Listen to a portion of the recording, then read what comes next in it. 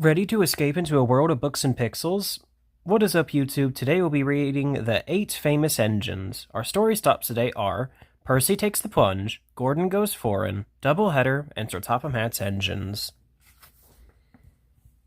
Dear friends, Sir Topham Hatt's engines are now quite famous. They have been on the radio and have had many other adventures, but he had another plan too for his engines, and this book will tell you what it was.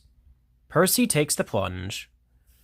Sometimes Percy takes stone freight cars full of stones to the other end of the line. There he meets engines from the other railway. One day Henry wanted to rest in the shed, but Percy was talking to some tank engines. It was raining hard. Water swirled under my boiler. I couldn't see where I was going, but I struggled on. Ooh, Percy, you are brave. Well, said Percy modestly, it wasn't anything really. Water's nothing to an engine with determination. Tell us more, Percy, said the engines. What are you engines doing here? Hissed Henry. This shed is for Sir Topham Hatt's engines. Go away. Silly things, Henry snorted. They're not silly. Percy had been enjoying himself. He was cross because Henry had sent them away. They are silly and so are you. Water's nothing to an engine with determination. Pah! Anyway, said cheeky Percy, I'm not afraid of water. I like it.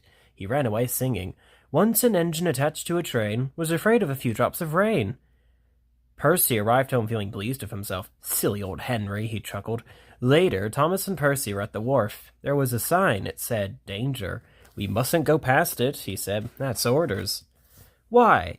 Danger means falling down something, said Thomas. I went past danger once and fell down a mine. Percy looked beyond the sign. I can't see a mine, he said. He didn't know that the foundations of the wharf had sunk and the rails now sloped downwards to the sea. Silly sign, said Percy. For days and days he tried to sidle past it, but his driver stopped him every time. One day at the top station he whispered to the freight cars, Will you give me a bump when we get to the wharf? The freight cars were surprised. They had never been asked to bump an engine before. They giggled and chattered about it the whole way down. Whoa, Percy, whoa, said his driver, and Percy slowed down obediently at the distant signal. Driver doesn't know my plan, he chuckled. On, laughed the freight cars. Percy thought they were helping. I'll pretend to stop at the station, but the freight cars will push me past the sign. Then I'll make 'em stop. I can do that whenever I like. If Percy hadn't been so conceited, he would have never been so silly. Every wise engine knows that you cannot trust freight cars.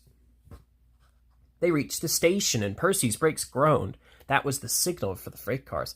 Go on, they yelled and surged forward together. They gave Percy a fearful bump and knocked his driver and fireman off the footplate. Ow, said Percy, sliding past the sign. The day was misty, the rails were slippery, and his wheels wouldn't grip. Percy was frantic. That's enough, he hissed, but it was too late. Once on the slope, he tobogganed helplessly down, crashed through the buffers, and slithered into the sea. You are a very disobedient engine. Percy knew that voice. He groaned. The foreman had borrowed a small boat and rowed Sir Topham Hatt around. Please, sir, get me out. Please, sir, get me out, sir. I'm truly sorry, sir. No, Percy, we cannot do that till high tide. I hope it'll teach you to obey orders. Yes, sir. Percy shivered miserably. He was cold. Fish were playing hide and seek through his wheels. The tide rose higher and higher. He was feeling his position more and more deeply every minute. It was nearly dark when they brought floating cranes, cleared away the freight cars, and lifted Percy out. He was too cold and stiff to move by himself, so he was sent to the works the next day on Henry's goods train. Well, chuckled Henry. Did you like the water? No. I am surprised. You need more determination, Percy. Water's nothing to an engine with determination. You know, perhaps you'll like it better next time. But Percy is quite determined that there won't be a next time. Gordon Goes Foreign. Lots of people travel to the big station at the end of the line. Engines from the other railway sometimes pull their trains. These engines stay the night and go home the next day. Gordon was talking one day to one of these. "When I was young and green," he said, "I remember going to London. Do you know the place? The station's called King's Cross." "King's Cross?" snorted the engine. "London's Euston. Everybody knows that." "Rubbish," said Duck. "London's Paddington. I know. I worked there. They argued till they went to sleep. They argued when they woke up. They were still arguing when the other engine went away." "Stupid thing," said Gordon crossly. "I have no patience." "Stupid yourself," said Duck. "London's Paddington. Paddington! Do you hear?" "Stop arguing," James broke in. "You make me tired. You've both agreed about something anyway." "What's that?" "London's not Euston," laughed James. "Now be quiet." Gordon rolled away, still grumbling. "I'm sure it's King's Cross. I'll go and prove it." But that was easier said than done. London lay beyond the big station at the other end of the line. Gordon had to stop there. Another engine then took his train. "If I didn't stop," he thought, "I could go to London." One day he ran right through the station. Another time he tried to start before the fireman could uncouple the coaches. He tried all sorts of tricks, but it was no good. His driver checked him every time. "Oh dear," he thought sadly, "I'll never get there." One day he pulled the express to the station. As usual, his fireman uncoupled the coaches and he ran onto his siding to wait till it was time to go home. The coaches waited and waited at the platform, but their engine didn't come. A porter ran across and spoke to Gordon's driver. "The inspector's on the platform. He wants to see you." The driver climbed down from the cab and walked over to the station. He came back in a few minutes looking excited. "Hello," said the fireman. "What's happened?" "The engine for the express turned over when it was coming out of the yard. Nothing else can come in or out. They want us to take the train to London." "I said we would, if Sir Topham had agreed. They telephoned, and he said we could do it. How's that?" "Fine," said the fireman. Fine," said the fireman. "We'll show them what Sir Topham Hatt's engines can do." "Come on," said Gordon. "Let's go." He rolled quickly over the crossings and backed onto the train. It was only a few minutes before the guard blew his whistle, but Gordon thought it was ages. Come on," he puffed to the coaches. Come on. We're going to town," sang the coaches, slowly at first, then faster and faster. Gordon found that London was a long way away. "Never mind," he said. "I like a good long run to stretch my wheels." But all the same, he was glad when London came into view. Sir Topham Hatt came into his office the next morning. He looked at letters on his desk. One had a London postmark. "I wonder how Gordon's getting on," he said. The stationmaster came in and looked excited. The stationmaster knocked and came in. He looked excited. "Excuse me, sir, have you seen the news?" "Not yet." "Why?" "Just look at this, sir." Sir Topham Hatt took the newspaper. Good gracious me.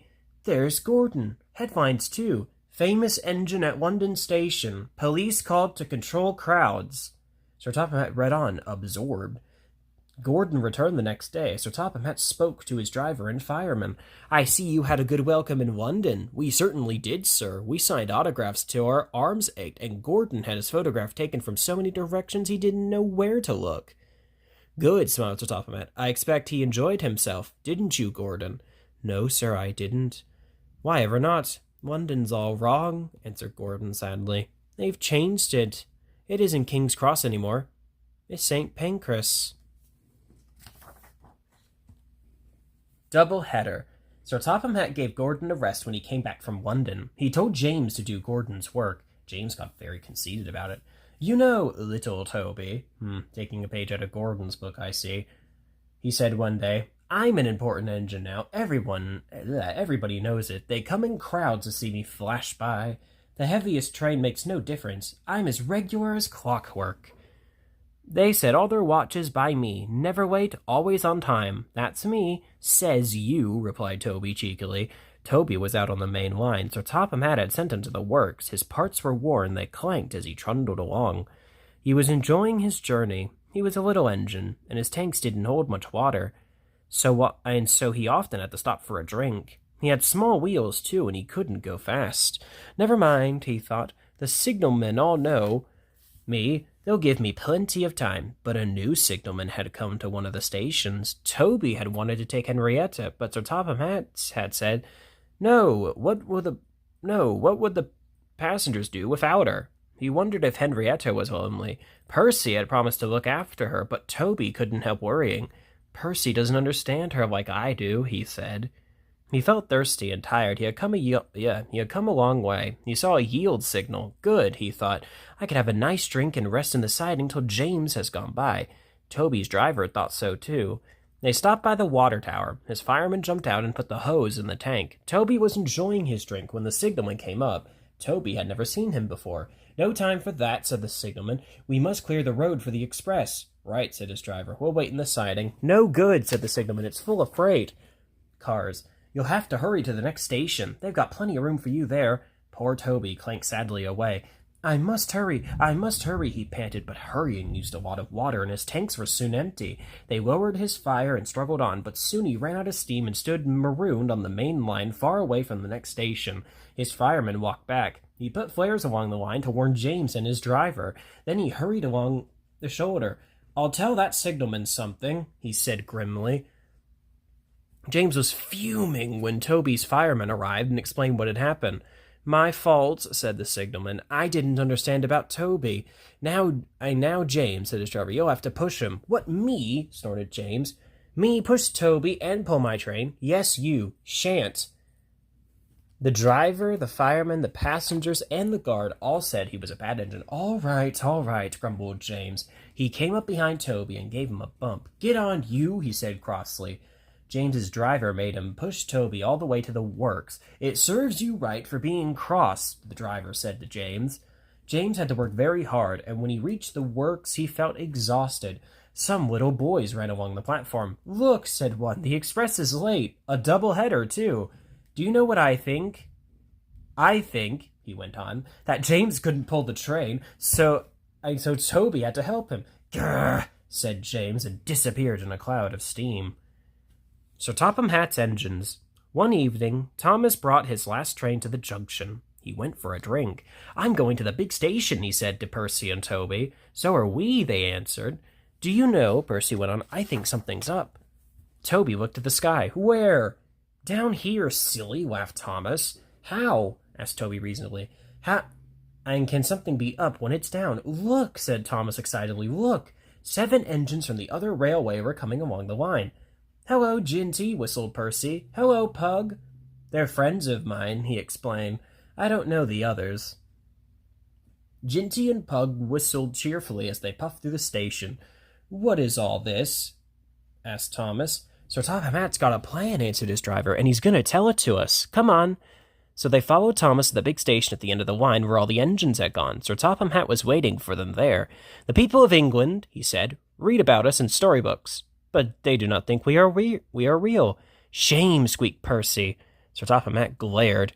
Percy subsided, so he continued, I'm taking my engines to England to show them. Hooray, hooray, the engines whistled. Sir Topham Hatt held his ears. Silence, he bellowed. We'll start the day after tomorrow at 8 a.m. Meanwhile, as these engines have kindly come from the other railway to take your place, you will show them your work tomorrow. The next day, as Annie and Clarabel were going to England too, Thomas and Ginty practiced with some other coaches. Thomas was excited. He began boasting about his race with Bertie. I whooshed through the tunnel and stopped an inch from the buffers. Like this. Crash! The buffers broke. No one was hurt, but Thomas's front was badly bent. They telephoned to Topham Hatt. I'll send up some men, he said, but if they can't mend Thomas in time, we'll go to England without him. The next morning, the engines waited at the junction. Toby and Percy were on a flatbed, and were each on a flatbed. Duck had pushed them into place behind Edward. Henrietta stood on a siding. Sir Topham Hatt had called her a curiosity. I wouldn't dream of leaving you behind, he said. I'll fit you up as my private coach. She felt very grand. Gordon, James, and Henry were in front. They whistled impatiently. Sir Topham Hatt paced the platform. He looked at his watch. 1 minute, and 1 minute more, he said, turning to the guard. Peep, peep, peep, whistled Thomas, and panted into the station. Annie and Clarabel twittered anxiously. We hope we're not late. It isn't quite 8. Ha! Nice Dr. Seuss-inspired rhyming there. Thomas, said Topham Hatt sternly, I am most displeased with you. You've nearly upset my arrangements. Thomas, abashed, arranged himself in the coach just behind Duck without saying a word. Sir Topham Hatt climbed into Henrietta. The guard blew his whistle and waved his flag. The engines whistled, "Look out, England! Here we come!" and the cavalcade puffed off. Once there, the engines stood side by side in a big airy shed. Hundreds of people came to see them. They climbed in and out of their cabs every day. The engines liked it at first, but presently felt very bored and was glad when it was time to go. When they got home, the people along their line put out flags and cheered. We are glad to see you," they said. "Those others did their best, but they don't know our ways. Nothing anywhere can compete with Sir Topham Hatt's engines." Title drop. Anyway. And that is the end of these story stops. So, if you'd like to see another video like this one, don't forget to like, comment, and subscribe. See y'all in the next one.